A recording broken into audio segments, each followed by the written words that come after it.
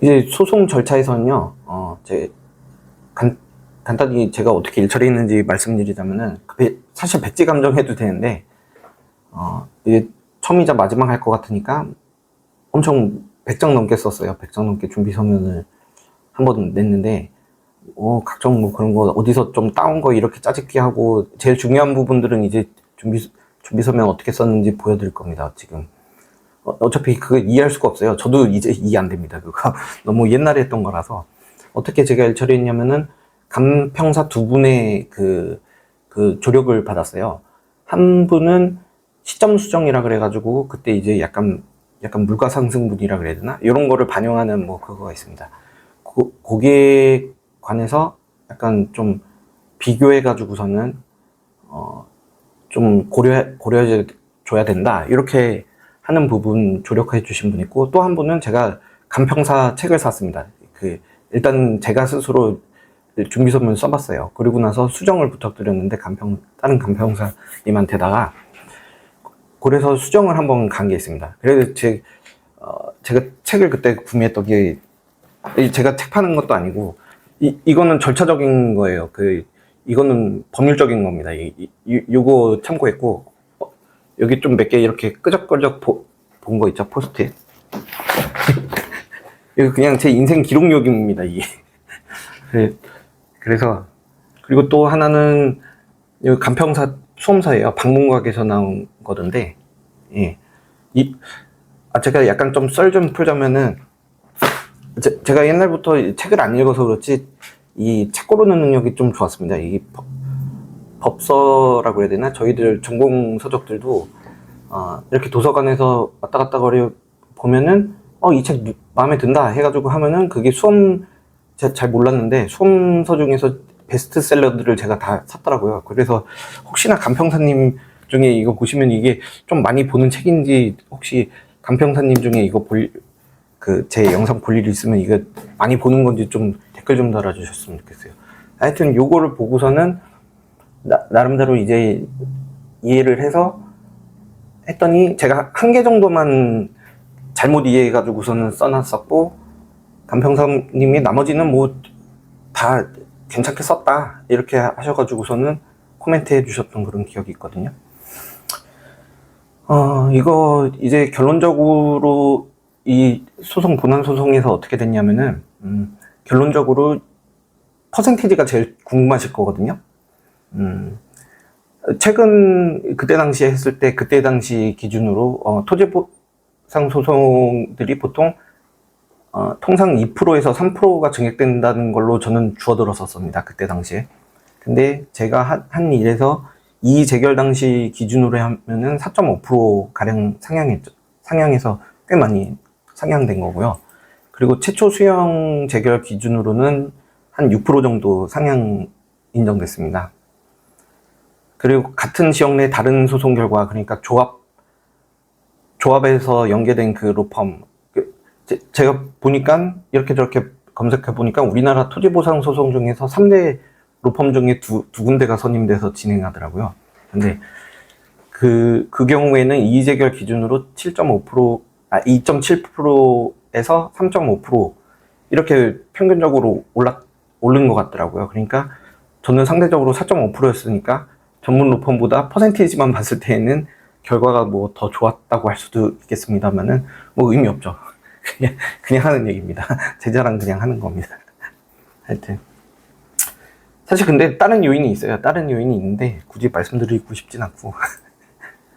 그래서 다시 와서, 소송에서는 맨 처음에 이제 간평사 책 보고서는 한 거 외에도 어떤 부분을 맨 처음에는 고민했냐면, 피고 특정을 맨 처음에 잘해야 됩니다. 왜냐면은 임의적 당사자 변경 원칙적으로 불가능하다 이런 말이 있거든요. 그래서 내가 뭔가 잘못 피고를 선정해서 하게 되면은, 그 다음에는 이게 불복기간도 아까 전에 보면은 이의적결일로부터 60일 이내에 행정소송을 제기해야 되는데, 요거를 한번 놓치게 되는 겁니다. 내가 피고를 제대로 설정했나 안 했나, 요게 정확치 않은 상태에서 진행해버리면은 나중에 이 불복기간을 놓쳐버릴 수가 있게 되죠. 그래서 맨 처음에 피고를 잘 특정해야 됩니다. 뭐 진행하는 사람이 자신 없거나 하면은 여기를 픽으로도 해보고 저기를 픽으로도 해보고 막 이래야 될 텐데 뭐 그런 거 비슷하게 일 처리하는 것들이 있습니다. 변호사 입장에서 일 처리할 때 뭐 행정소송을 해야 될지 헌법소원을 해야 될지 좀 고민될 때에는 두 개 다 넣어보는, 두 가지 다 해봐야 되고 막 이래야지 문제 소지를 없애거든요. 각하될 수가 있기 때문에. 하여튼 저희들 일 처리에서의 문제인데 이게 약간 썰풀어보고 그렇기 때문에 개인적으로는 어쨌든 피고 특정을 누구로 해야 될지 좀 고민한 부분이 있었고요. 그리고 간평사님 도움 주신 분 검수를 한 분을 거치긴 했는데 준비서면 이렇게 낼 때, 그리고 그 준비서면에 냈던 거를 법원 시가감정할 때에 그 첨부를 했습니다. 이렇게 좀 감안해 주시라, 이렇게 비비고 들어가는 거죠. 비비적거리는 거죠. 왜냐면은 이게 결국에는 촉탁된 그 감정인의 그 결과에 그냥 맞춰서 하게 되는 거거든요. 그래서 그 감정인 개인의 재량이 많이 좌우합니다. 결론적으로요.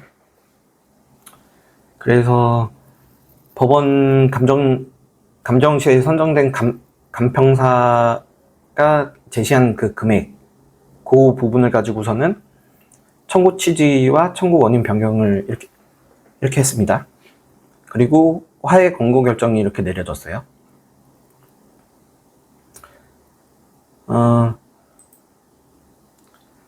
준비 서면을 보면은 여기 있는 내용들이 되게 어렵고 제가 TMI식으로 이제 준비 서면 넘기면서 보게 될 텐데 여기 있는 써져 있는 용어들이 좀 어려워요. 근데 이제 간평사 수험서를 한번 읽어보니까 결국에는 이게 토지가 얼마나 내무 반듯하게 돼 있고 접근성이 어느 정도 얼마나 용이한지, 내무 반듯해야지 이제 건물을 잘 지을 수 있다, 이런 내용인 겁니다. 결론적으로. 그래서 그렇게 된 토지들이 이제 비싸게 더 비교하는 그런 다른 토지들보다 더 좋다, 나쁘다, 이렇게 해가지고서는 이제 그거를 배율 같은 걸 보는 겁니다. 얼마나 좋다, 뭐 0점 몇 좋다, 0점 몇 나쁘다, 뭐 이런 식으로 평가를 하는 겁니다.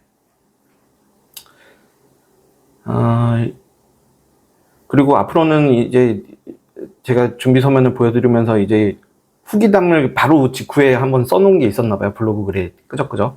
근데 그때 당시에는 이해했을 텐데 지금은 제가 이해를 전혀 못하겠습니다. 전혀 못하겠으니까 TMI식으로 읽긴 할 텐데 어차피 저도 이해 못하는데 여러분들이 이해할 수는 없겠죠.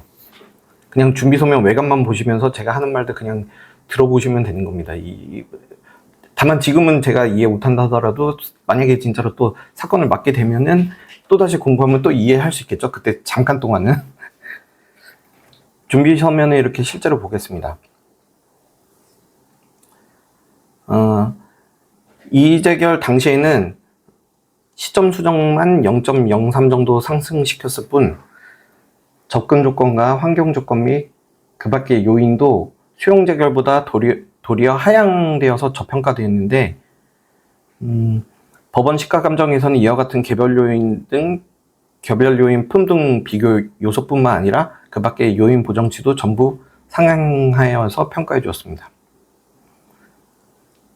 그 밖의 요인 보정치에서는 법원 감정인도 비교 거래 사례를 이 재결에서 선정한 토지와 똑같은 것을 선정하긴 했습니다. 원래 다른 거를 좀 해달라고 그렇게 요청하긴 했었는데요. 그렇지만 대신에 그냥 상향 평가해 주었습니다. 그래서 이와 관련된 저희 원고 측 준비 서면 내용입니다. 개별 요인 품 등 비교를 보면 발음도 너무 어렵네.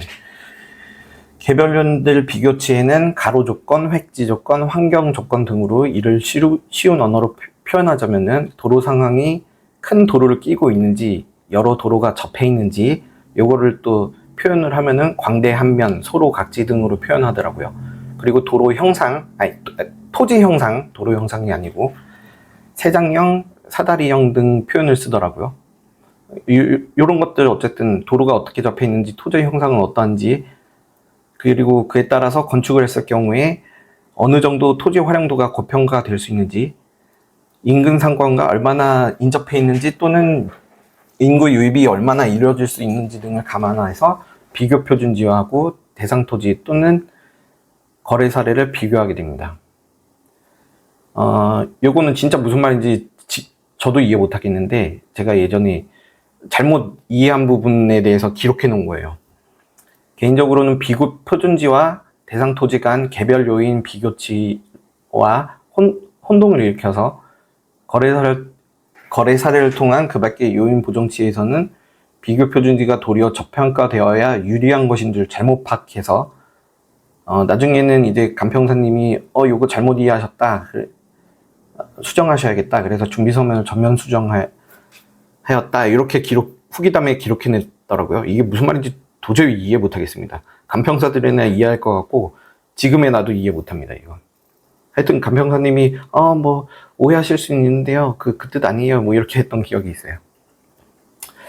그리고 이제 마지막 장을 보면은 이 부분이 이제 간평사님 중에서 한 분이 딱 하나 지적해 주셨다. 아까 전에 맨 처음에 그렇게 말한 부분이 있었죠. 딱 이 부분입니다. 그래서 이렇게 준비 서면에 했던 걸 하면서 TMR식으로 한번 썰을 풀었습니다. 그냥 제 인생 기록용이라고 보셔야 됩니다. 이거가 무슨 말인지 도저히 모르겠어요, 지금 보면은. 예. 그래서 이렇게 해서 어떻게 마무리를 못 하겠습니다. 끝!